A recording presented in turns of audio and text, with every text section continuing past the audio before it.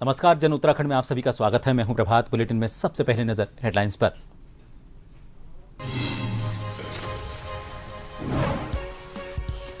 उत्तराखंड में दायित्व बंटवारे की दूसरी सूची जारी। धामी सरकार ने 18 बीजेपी कार्यकर्ताओं को सौंपे दायित्व। प्रदेश में विभागीय जन कल्याणकारी योजनाओं के क्रियान्वयन में आएगी तेजी।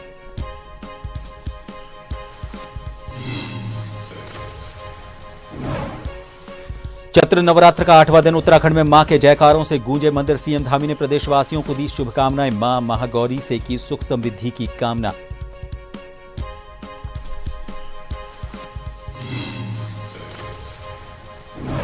चमोली में रजिस्ट्रार जनरल ने ली यूसीसी को लेकर बैठक। अधिकारियों के साथ ही पंजीकरण प्रक्रिया की समीक्षा। बोले, आम जन को कोई असुविधा नहीं होनी चाहिए।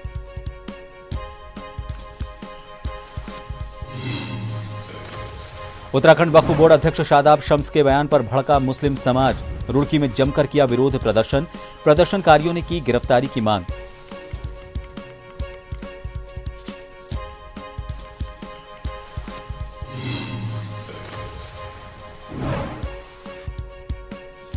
और चारधाम यात्रा को लेकर उत्तराखंड पुलिस ने बनाया खास प्लान। हजारों की तादाद में तैनात रहेंगे जवान।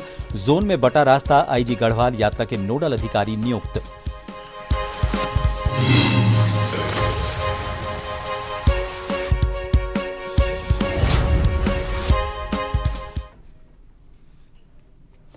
मुख्यमंत्री पुष्कर सिंह धामी ने भाजपा कार्यकर्ताओं को दायित्व बंटवारे की दूसरी सूची जारी कर दी है। जारी सूची के मुताबिक 18 कार्यकर्ताओं को महत्वपूर्ण दायित्व सौंपे गए हैं। आपको बता दें कि इससे पहले पहली लिस्ट में 20 नेताओं को दायित्व सौंपे गए। सीएम धामी द्वारा जनहित में विभिन्न महानुभावों को विभागीय दायित्व सौंपे गए हैं।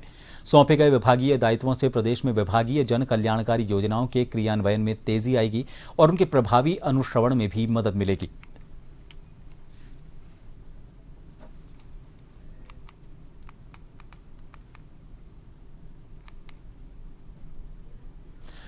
तो धामी सरकार ने 18 पार्टी कार्यकर्ताओं को दायित्व सौंपे हैं। जनहित में विभिन्न लोगों को विभाग की तरफ से दायित्व सौंपे गए हैं। इनमें अगर हम नजर डालें तो जड़ी बूटी सलाहकार समिति का उपाध्यक्ष बलवीर घुनियाल को, उत्तराखंड पशु कल्याण बोर्ड का उपाध्यक्ष सुरेंद्र मोघा को, जड़ी बूटी सलाहकार समिति का उपाध्यक्ष भुवन विक्रम डबराल को, राज्य निर्माण आंदोलनकारी सम्मान परिषद का उपाध्यक्ष सुभाष बर्थवाल को, नगरीय पर्यावरण संरक्षण परिषद का उपाध्यक्ष पुनीत मित्तल को, प्रदेशीय मौन परिषद का उपाध्यक्ष गिरीश डोभाल को, इसके अलावा उत्तराखंड जनजाति सलाहकार समिति परिषद का उपाध्यक्ष गीताराम गौड़ को, उत्तराखंड राज्य उच्च शिक्षा उन्नयन समिति का उपाध्यक्ष डॉक्टर जयपाल को, समाज कल्याण योजनाएं एवं अनुश्रवण समिति का उपाध्यक्ष देशराज कर्णवाल को, अजीत चौधरी को, उत्तराखंड राज्य किसान आयोग का उपाध्यक्ष प्रताप सिंह पवार को, राज्य औषधीय पादप बोर्ड का उपाध्यक्ष जगत सिंह चौहान को, राज्य स्तरीय लघु सिंचाई सलाहकार समिति का उपाध्यक्ष गीता रावत को, राज्य स्तरीय सतर्कता समिति का अध्यक्ष शंकर कोरंगा को, राज्य स्तरीय जलागम परिषद का उपाध्यक्ष महेश्वर सिंह मेहरा को, चाय विकास सलाहकार परिषद का उपाध्यक्ष सरदार मंजीत सिंह को, प्रदेश स्तरीय गन्ना विकास सलाहकार समिति का सह अध्यक्ष नवीन वर्मा को, वरिष्ठ नागरिक कल्याण परिषद का उपाध्यक्ष और अशोक नव्याल को उत्तराखंड जनजाति सलाहकार परिषद का उपाध्यक्ष बनाया गया है।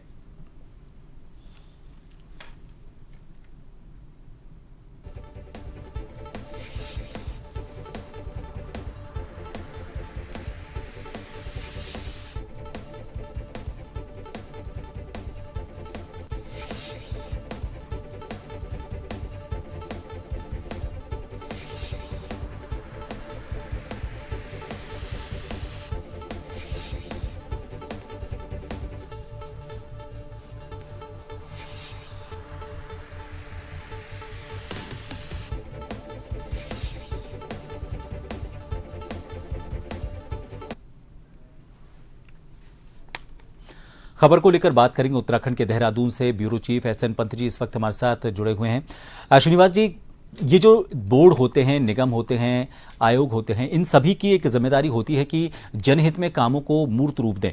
अब जाकर लग रहा है कि इनमें वापस वो गति आ पाएगी, क्योंकि कई लोगों को इनमें जिम्मेदारियां तय की है मुख्यमंत्री पुष्कर सिंह धामी ने।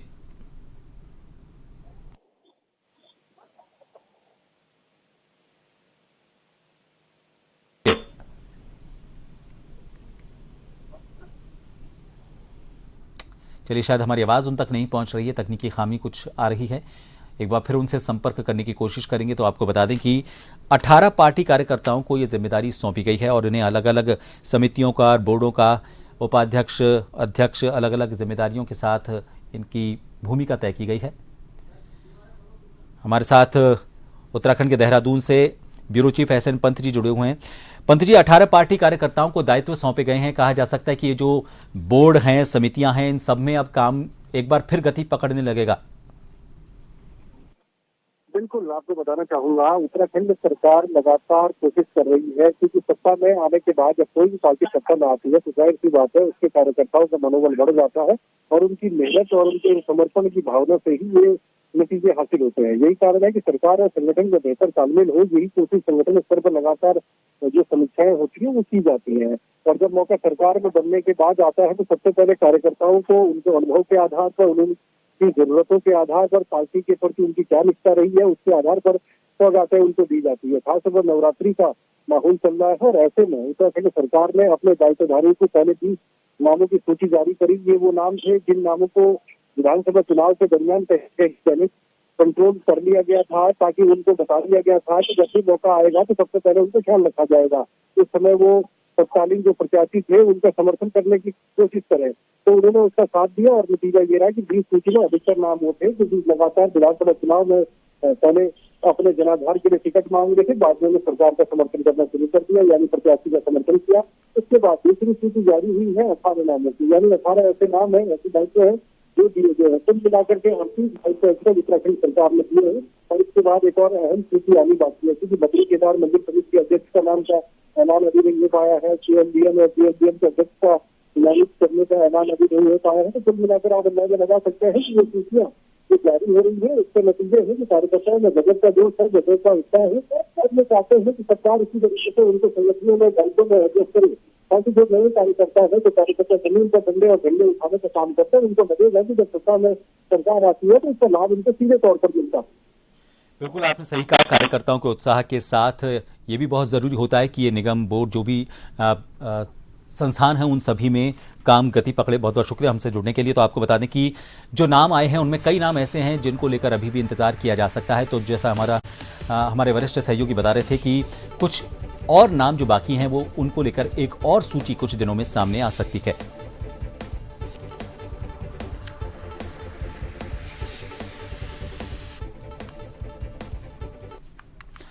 और अब बात माता के नवरात्रे की।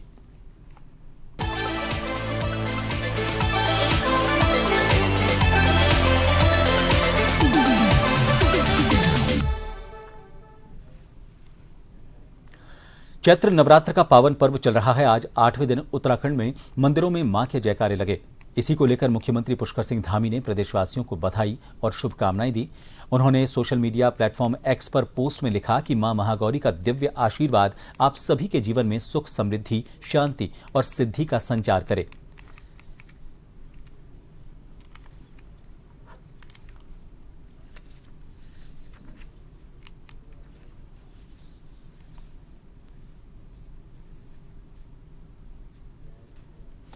काशीपुर में हर साल की तरह इस बार भी चैत्र मास में लगने वाले चैत्र मेले में आज अहले सुबह मां बाल सुंदरी देवी का डोला गाजे-बाजे के साथ चैत्र मंदिर पहुंचा। इस दौरान भारी संख्या में श्रद्धालु मौजूद रहे। डोले के साथ पुलिस फोर्स भी तैनात रही। तो वहीं मंदिर परिसर में भी व्यापक व्यवस्था की गई। आपको बता दें, मां बाल सुंदरी 5 दिन चैत्र मंदिर में विराजमान रहने के बाद वापस धूम धड़ाके के साथ 10 और 11 अप्रैल की मध्यरात्रि नगर मंदिर के लिए प्रस्थान करेंगी।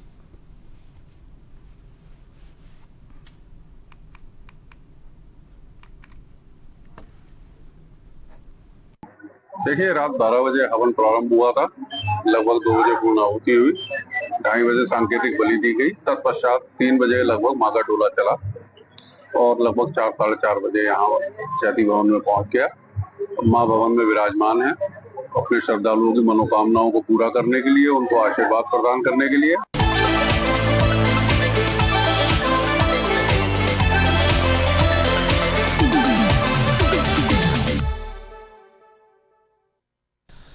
भारतीय किसान यूनियन चढ़ूनी ग्रुप के प्रदेश सह प्रभारी बनाए जाने पर डोईवाला क्षेत्र के तमाम किसानों ने जीवनवाला के पूर्व प्रधान और किसान नेता इंद्रजीत सिंह का फूल मालाओं से स्वागत किया। कार्यक्रम में किसान नेता इंद्रजीत सिंह ने कहा कि किसानों की हर समस्या के निदान के लिए वो सभी को साथ लेकर संघर्ष करेंगे। कार्यक्रम में क्षेत्र के 22 वर्षीय पायलट प्रभजोत सिंह को भी फूल माला पहनाकर उनकी हौसला अफजाई की गई।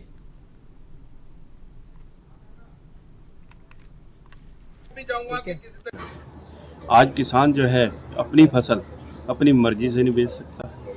आज हमारे यहाँ आलू की खेती भी होती है डोईवाला में, तो क्या रेट आलू बिक रहा है? 4 रुपये 5 रुपये। और वही आलू जब मार्केट में जाता तो चिप्स का पैकेट जो है एक, उसमें मुश्किल से 50 ग्राम आलू नहीं होता, वो जो 10 रुपये का है।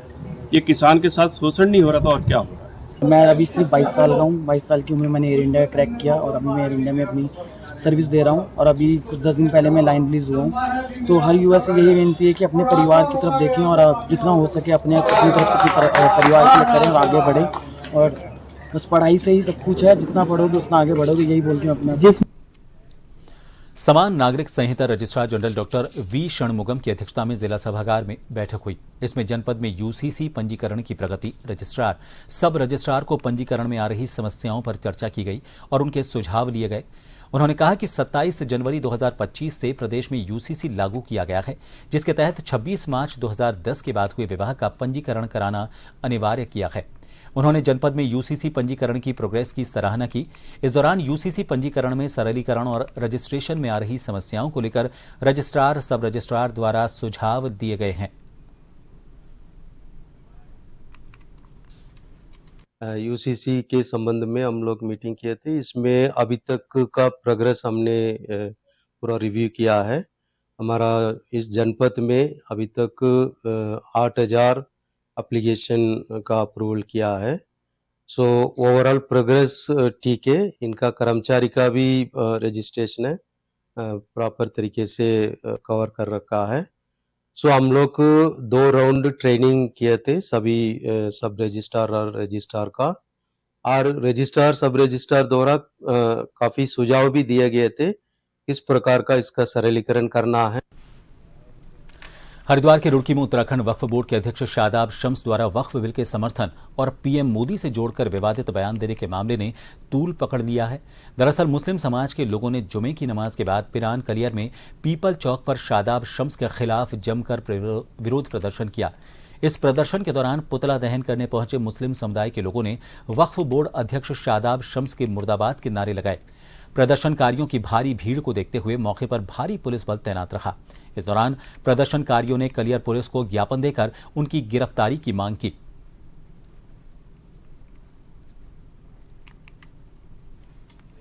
इसे आप देख रहे हैं उत्तराखंड वक्फ बोर्ड के जो अध्यक्ष हैं, जिन्हें हम बड़बोले के नाम से जानते हैं, ये अक्सर अपने बड़बोलेपन में उल्टे सीधे बयान करके और अपने बड़े आकाओं को खुश करने के लिए जो पब्लिसिटी स्टंट करते हैं, हम उसके खिलाफ इकट्ठा हुए हैं। और इन्होंने परसों एक बयान दिया है जिसमें इन्होंने बोल दिया है कि जो मोदी जी के साथ नहीं वो मुसलमान नहीं। आप खुद बताएं, मोदी जी कोई एक व्यक्ति नहीं है, मोदी जी पूरे देश के प्रधानमंत्री हैं। प्रधानमंत्री सबका होता है, किसी एक व्यक्ति का नहीं है, लेकिन इन्होंने उस चीज को भी धर्म से जोड़ दिया है। जन उत्तराखंड में एक बार फिर आप सभी का स्वागत है। 4 धाम यात्रा में इस बार उत्तराखंड पुलिस कुछ नए प्रयोग करने जा रही है। आईजी गढ़वाल ने बताया कि 4 धाम यात्रा में नोडल अधिकारी के तौर पर वो सीधी निगरानी रखेंगे। साथ ही बताया कि इस बार 4 धाम यात्रा कंट्रोल रूम भी स्थापित किया जा रहा है, जिसका प्रभार एसपी ट्रैफिक देहरादून को दिया गया है। इसमें यात्रियों के रजिस्ट्रेशन, ट्रैफिक फ्लो, पार्किंग, सुरक्षा व्यवस्था, साथ ही डेटा प्रबंधन के कामों को किया जाएगा। उन्होंने बताया कि मुख्यालय स्तर पर यात्रा से जुड़ी सूचनाओं के लिए 4 धाम सेल भी गठित किया गया है।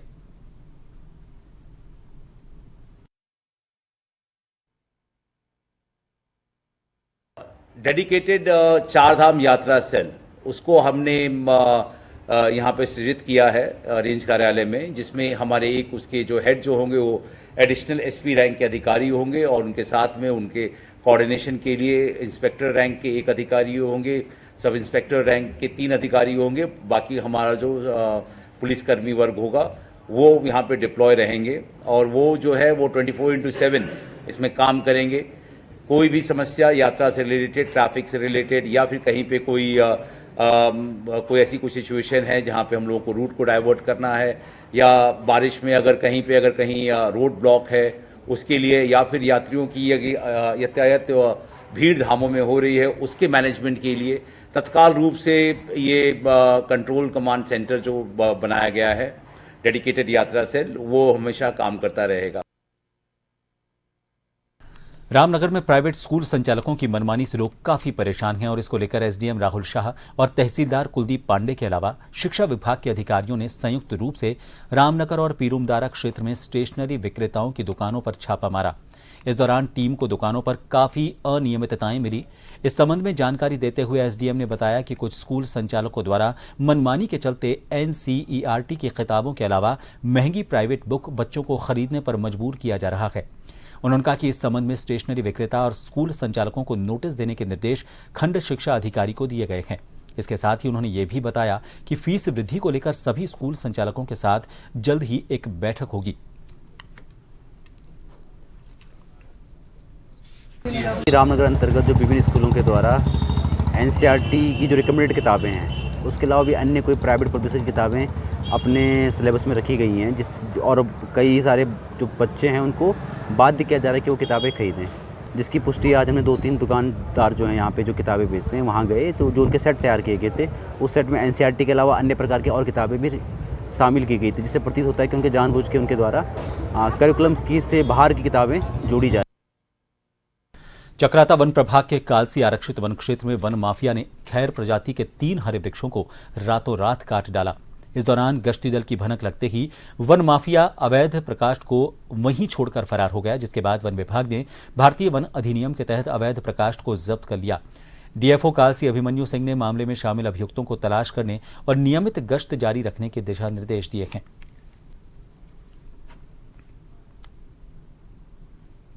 जो हमारा रिजर्व फॉरेस्ट है कालसी ब्लॉक का जो कंपार्टमेंट नंबर 18 है, उसमें 3 जो है खैर के वृक्ष का पातन, अवैध पातन की सूचना मिली थी।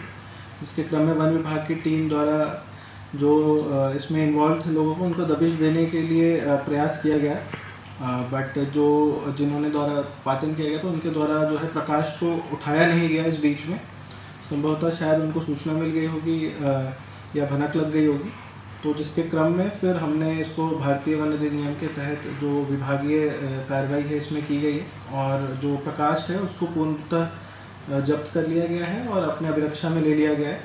और इसमें हम जांच करने का प्रयास कर रहे हैं कि इसमें जो भी अभियुक्त हैं उनकी तलाश की जा रही है।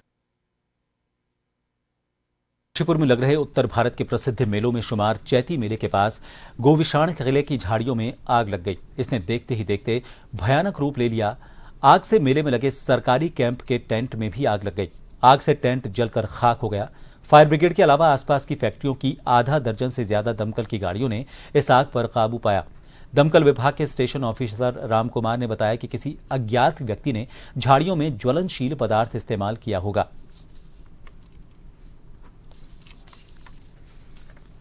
हमारे इसमें जो है करीब लगभग 8 गाड़ियां, 3 फायर स्टेशन काशीपुर से, बाकी नैनी पेपर मिल, दहल पेपर मिल और सहोता आईजीएल, लगभग 5 गाड़ियां हमारी और बाहर से हमने मंगवाई हैं और इनको जो है इससे आग पर काबू पाया है। चैती मेला मैदान के बराबर में यहाँ किले की जमीन है जो कि जिसमें काफी झंकार हैं और सूखे पत्ते इत्यादि पड़े हुए हैं। तो आज पता नहीं, अभी दोपहर के समय बहुत तेज जो है आग वहाँ किले से लगती हुई देखी गई और तुरंत ही फायर ब्रिगेड की जो गाड़ियां थी यहाँ आई और आग पे काबू करने की कोशिश करी, लेकिन आग बहुत भयानक थी और पूरे में फैल चुकी थी। तो उसमें एक गाड़ी से वो पर्याप्त नहीं हुआ और प्रशासन द्वारा अधिक गाड़ी जो है मंगानी पड़ी, लेकिन वर्तमान में आग में काबू पा लिया गया है। सबसे पहले तो हमारा ये प्रयास रहा कि जहाँ से आग लगी है गोविशाण के टिले में वहाँ बुझाया जाए। उसकी कुछ जो लपटें हैं वो हमारे चैती मेले परिसर में भी आ गई। उसमें 1-2 टेंट को हमें नुकसान हुआ है जो हमारा जहाँ पे सरकारी कैंप रहता है। और अभी सारे जहाँ यहाँ पे जितने फायर ब्रिगेड की गाड़ियां हैं वो बुला ली गई हैं। बुलाने के बाद जितने हमारे एरिया में आग लगी है उन सबको कंट्रोल में कर लिया गया है। और जैसा कि आपने बताया, और मेले में ये व्यवस्था भी रहती है कि जितने दुकानदार होते हैं ये अपने पास जो है जहाँ भी कुकिंग के इक्विपमेंट है, जहाँ पे खाना बनाया जा रहा है या गैस जल रहा है, वहाँ पे तो फायर एक्सटिंग्विशर, उसके साथ रेता और पानी भी रखा जाता है। तो ये सारी चीजें सुनिश्चित कराई जा रही हैं। चलते चलते एक बार फिर नजर डालेंगे हेडलाइंस पर। उत्तराखंड में दायित्व बंटवारे की दूसरी सूची जारी। धामी सरकार ने 18 बीजेपी कार्यकर्ताओं को सौंपे दायित्व। प्रदेश में विभागीय जनकल्याणकारी योजनाओं के क्रियान्वयन में आएगी तेजी।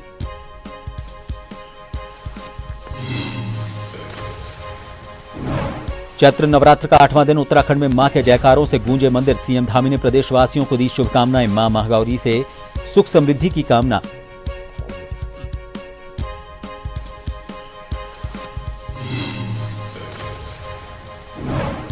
चमोली में रजिस्ट्रार जनरल ने ली यूसीसी को लेकर बैठक। अधिकारियों के साथ ही पंजीकरण प्रक्रिया की समीक्षा। बोले, आम जन को कोई असुविधा नहीं होनी चाहिए।